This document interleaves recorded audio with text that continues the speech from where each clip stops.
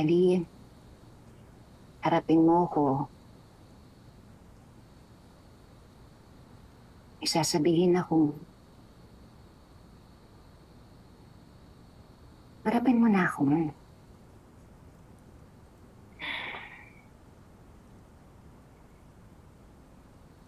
Gusto ko lang malaman mo na lahat ng ginagawa ko ay para sa inyo. Oo. Tinago ko sa inyo yung tungkol sa tatay ninyo. Pero ginawa ko yun para sa kapakanan ninyo. Hindi ako perpekto. Marami akong pagkakamali noon. Pero sana, anak, sa pagkakataong ito, pagkatiwalaan niyo ako. May matinding rason kung bakit ayokong nasa buhay ninyo ang tatay ninyo.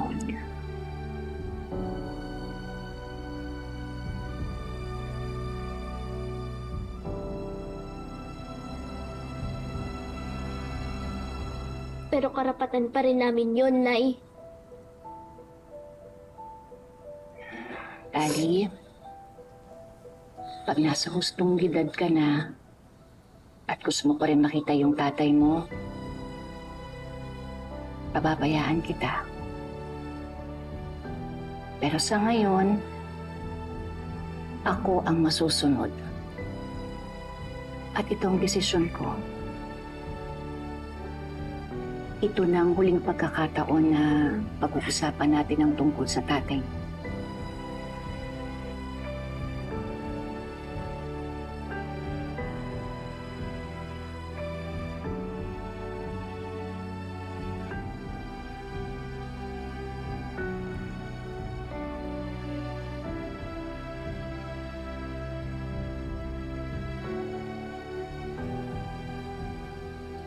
Nagkakaintindihan ba tayo?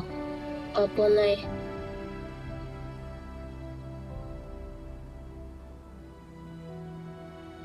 Gusto kong malaman ninyo na mahal ko kayo.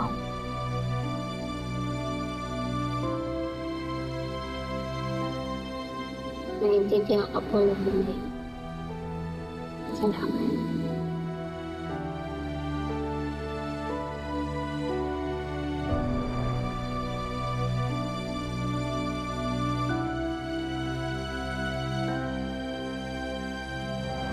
Ikaw dami mong alam Kanino mo narinig yan ha?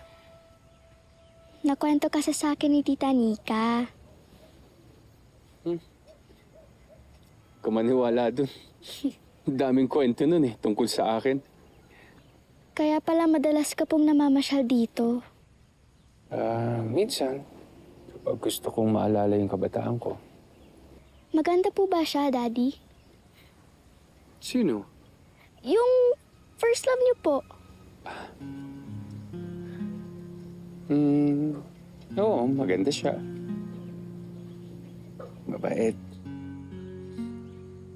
Pagmahal. Gaya mo. Mabait. Maganda. Mapagmahal. Siguro doon ka nagmana, no, sa kanya. Po? Paano po nangyari yun? Wala. Nabanggit ko lang.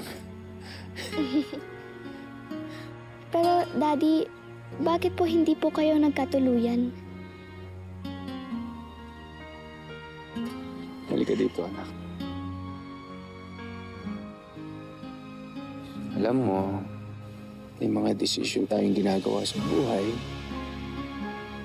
Kailangan natin panindigan. Kaya mo, balang araw maintindihan mo rin. May tanong ka pa?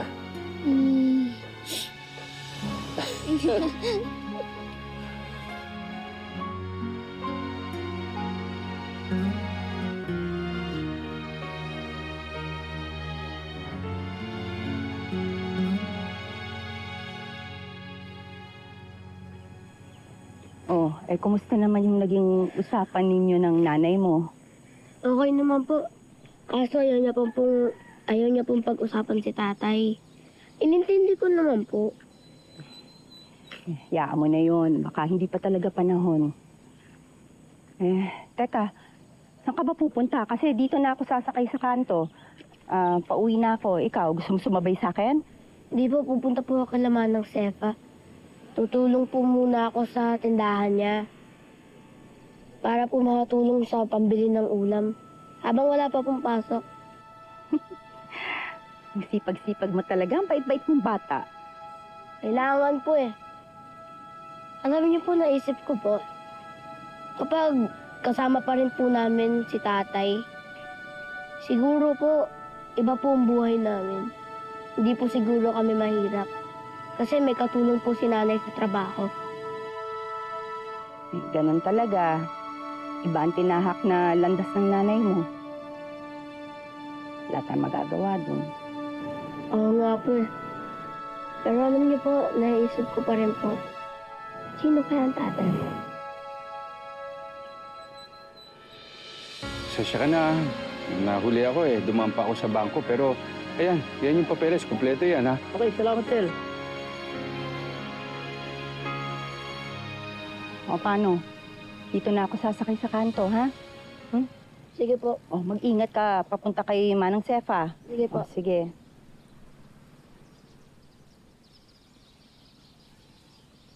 Oh, ingat ka. Okay lang po.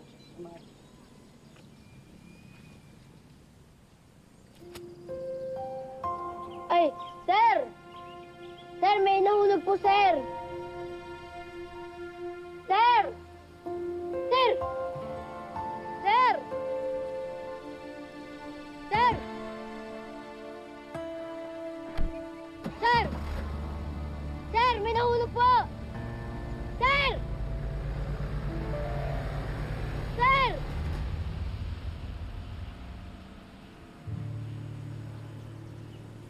Bihira naman.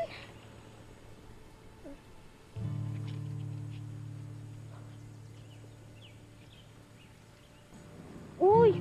Daming pera! Ano ninakaw mo? Hindi. Napulot ko lang to. Babalik ko sana sa may-ari, kaya lang nakaalis na. Daming pera, ba't mo pa ibabalik? Ugok ka ba? Kapag alam mong hindi sa'yo ang isang bagay, kailangan mong ibalik sa may-ari. Ayun ang turo sa akin ni nanay. Oh, tingnan niyo muna yung address kung saan yan.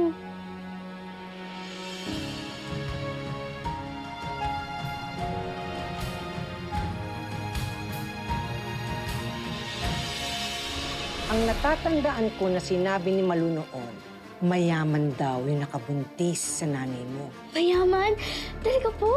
Alam ba ni Chris na kambal ang naging anak mo? Gusto ko dalhin mo ako sa tatay ko. Ayoko na sa buhay na ganito. Gusto ko mamuhay na mayaman. Ayoko na dito. Dalhin mo ako sa tatay ko.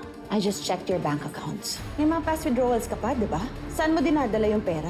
May napulot po kasi ako kaninang sobre. Gusto ko po sanang ibalik sa may-ari. Dito po tinago. O, nasa na ba yung ID nang mabasa na natin?